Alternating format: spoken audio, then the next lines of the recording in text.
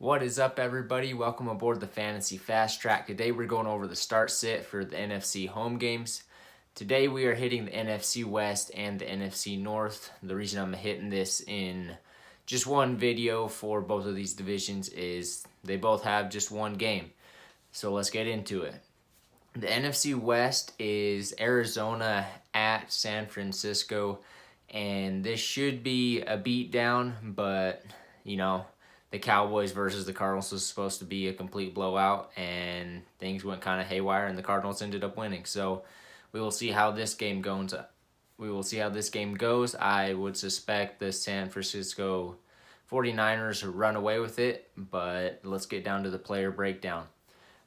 With the Cardinals, you're really only going to be starting a few players. You won't be starting Josh Dobbs unless it's a crazy deep like super flex or something like that where you absolutely need a quarterback. As far as running back goes, you're going to be starting James Conner in really any league unless you are crazy stacked. I have him as a high-end RB2, low-end RB1 this week.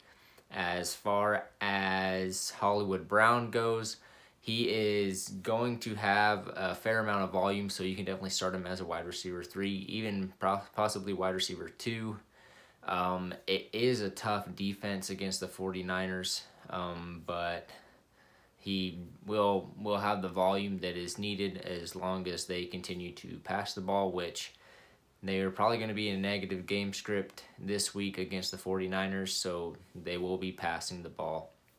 That also leaves an option available for Zach Ertz. Zach Ertz has had plenty of volume these last few weeks, and that should carry over into week 4. You're probably going to be starting him as your tight end 1, unless obviously he is just depth.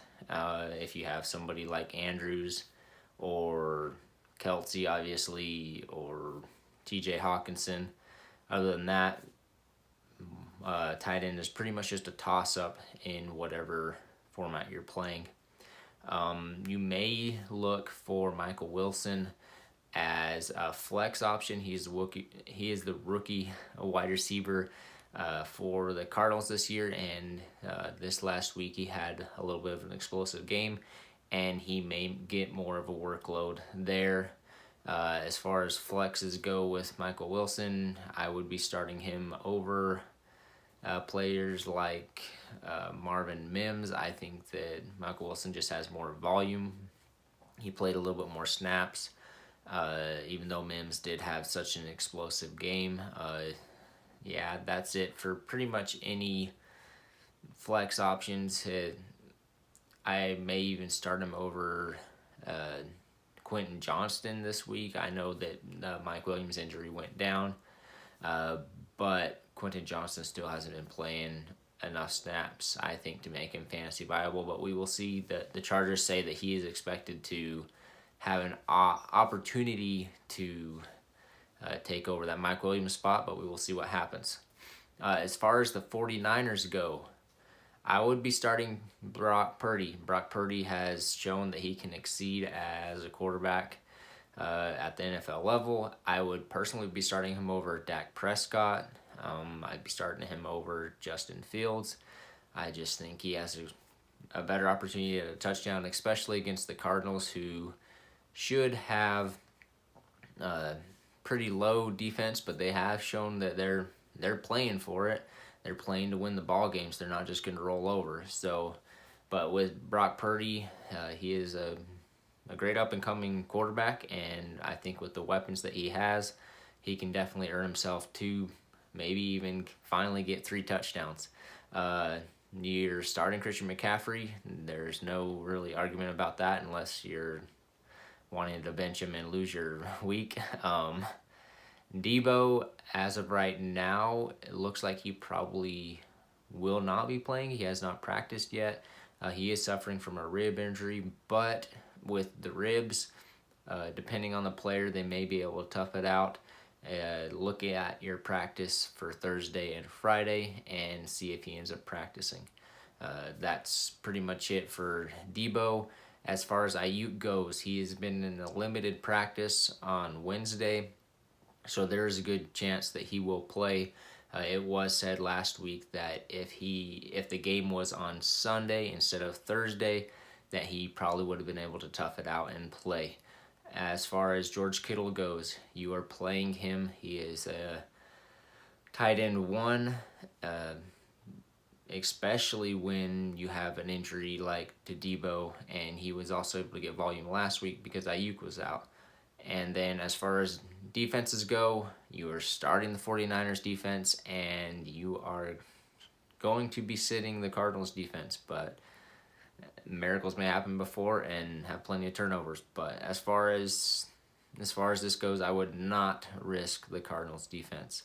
Let's move into the NFC North. You have the dumpster fire bowl of the season. You have the Denver Broncos versus the Chicago Bears, and should be an exciting matchup. I've been toying with playing defenses on both sides of the ball, but then I also don't really think it's worth the risk because they could both run away and score a lot of points or not. So we will see there. The only really defensive threats is the Broncos have great corners, and so that may dig into the DJ Moore upside for the week. But let's get into it. So Russell Wilson, I would not be starting him really in any case. I don't know. I'm so down on Justin Fields right now. I might even start Russell Wilson over Justin Fields, just because Russell Wilson looks like he's actually able to get the ball down the field, whereas Justin Fields just looks lost. That tells you how high I am on starting Justin Fields this week. I would be starting Javonte Williams. He is a great RB2 this week, especially against the Bears defense that is really, really struggling. I would start Cortland Sutton and Jerry Jeudy as wide receiver 3s. They are getting some volume, but it is hit and miss depending on which wide receiver actually gets that volume and gets an opportunity to score a touchdown. As far as tight ends go, I'm not really starting any of them. As far as Marvin Mims goes, I'm still really hesitant with his volume. He is obviously explosive when he gets the ball, but will he get the ball? As far as the Bears go, Justin Fields is definitely a rough case. Like I said, I'd probably pick up just Brock Purdy off the waiver wire.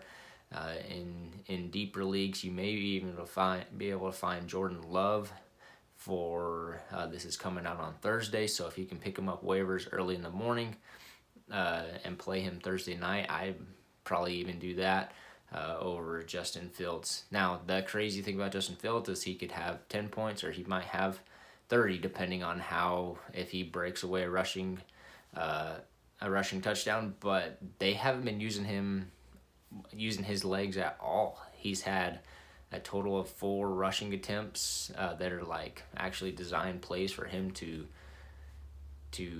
run down the field, which is kind of absurd in my opinion. That's what made him so successful last year as a fantasy quarterback and really opened up their offense, but we will see. As far as DJ Moore goes, he's a crazy high upside wide receiver 3. He can really take any pass to the house. He is just so good with the ball in his hands. But you just can't count on the volume. As far as Khalil Herbert goes and Roschon Johnson, they're bottom RB3s. They're just not worth starting because the Bears offense is pretty much just at a standstill. It just doesn't operate and function correctly. In fact, last week, if it wasn't for really late garbage time, they wouldn't have even scored a touchdown against the Chiefs. So, but as the Dolphins have proved, the Broncos do have some weaknesses on defense, so this is a different story. With the defenses, neither one of them can stop a nosebleed, so you might just get lucky if that's if you're in like a crazy 18-20 team league, yeah, you might have to start them, but other than that, I would completely avoid them. that is pretty much it for the NFC West and NFC North breakdowns for today. If you have any questions, hit them in the comments, start sit. Yeah, I'll be there to answer those questions, and we will see you guys next time.